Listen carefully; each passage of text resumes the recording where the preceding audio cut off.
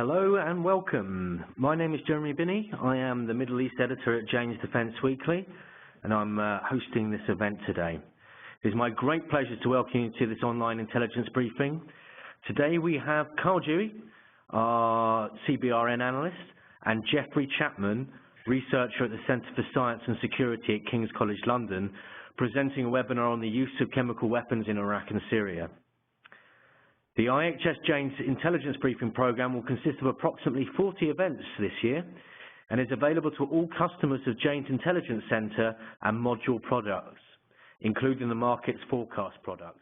The main challenges come from trying to keep track with all of the different sources, the allegations in a fast-moving conflict.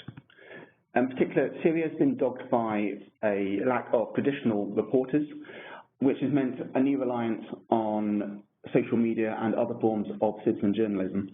This makes sorting the fact from the fiction all the more problematic. In terms of a house solution for this, we are quite fortunate in that we have the content aggregation team through Conflict Monitor, so IHS Conflict Monitor, which is a dedicated news collection team. We scan various sources through that using news aggregation code where stories or events of interest are manually selected and entered into a database. From the example here, it goes into something like this. So we begin to structure and we begin to order. The database to date has something like 145,000 manually geocoded incidents and events, up to 150 to 350 events per day involving armed groups. But by far, I think the most challenging attribute or as a limitation to the data is one which plagues the international community, and that is one of false flags. This is where an attack happens in order to discredit or sort of bring external pressures to bear on an opponent. And indeed, this is the official position of the Syrian government, where they warn that opponents are using chemicals in order to discredit the Syrian government.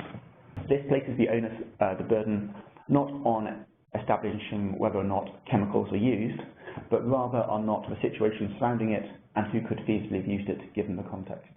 In terms of other groups who have been implicated, the Islamic State has certainly been confirmed as a user of chemical weapons, whereas other groups, Jaish al-Islam, JAI, or the recently rebranded Jabhat Fatah al-Sam, formerly JAN al-Nusra, the al-Qaeda affiliate, has also been implicated. Nonetheless, it's important to note that in terms of volume, these groups certainly do represent the minority. So the chemical weapons facility described here, found by French Special Forces, has a number of rockets and has been suspected of being contaminated with poison, which at this stage is described as mustard gas. I think it's important to note, given the Russian stenciling on the picture on the right-hand side, it appears that this is just an inert training version of the missile, and despite speculation which is being sort of associated with this site, as it's inert, it cannot be used to make a surface-to-surface missile, and even if it could be, it would be very unlikely to be in such a crude lab, would probably require state-funded and high-level scientific engineering program to do so. Hello, and thank you, Carl. In my section, I'll attempt to present to you an overview of the evolving international reaction to chemical weapons use in Syria. In my presentation, I will mainly focus on attacks commonly attributed to the Syrian government. While it is important to note that IS have used chemical weapons on a number of occasions, they are not held in the same way to international norms, such as the 1925 Geneva Protocol or Chemical Weapons Convention. Accusations of chemical weapons use have brought Western powers closer to intervention against the Assad regime more than any other single issue. It is therefore unsurprising that these allegations of chemical weapons use have become totemic, with France, the UK and the US forming one side, and Russia, China and Iran the other. This contributes to why chemical weapons have received a disproportionate amount of attention in comparison to the relatively few number of casualties they have inflicted. While Western reaction to these small-scale incidents could be classified as minor, a major shift occurred in August 2013 with the sarin attack on Ghouta. The scale of the incident and the death of around 1,000 civilians could not be ignored. With strong support from France, the Obama administration agitated for action and the Sixth Fleet was put on standby. However, the impetus for Western intervention already appeared shaky. Due to fears of repeating the same mistakes as the 2003 invasion of Iraq, the UK Parliament voted against intervention at the end of the month. This prompted Obama to seek congressional approval, which it seemed doubtful that it would be given. It was within this context that Secretary of State John Kerry gave a press conference on the 9th of September 2013, where in response to a reporter's question, Kerry hypothetically suggested that military action could be avoided if Syria gave up its chemical weapons. This scenario was immediately seized upon by Russia's Foreign Minister, Sergei Lavrov, and the Syrian Foreign Minister, who were both in Moscow at the time. By the end of the month, an agreement had been reached on the framework for the elimination of Syrian chemical weapons, which had been approved by both the OPCW and the United Nations through the United Nations Security Council Resolution 2118. It was agreed that Syria was to give up its chemical weapons arsenal and become a member of the OPCW.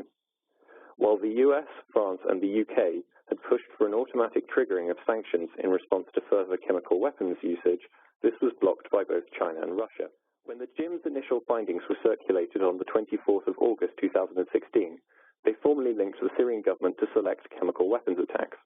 In combination with additional findings published on the 21st of October, the JIM's reports have thus far attributed 3 attacks to the Syrian regime and 1 to IS.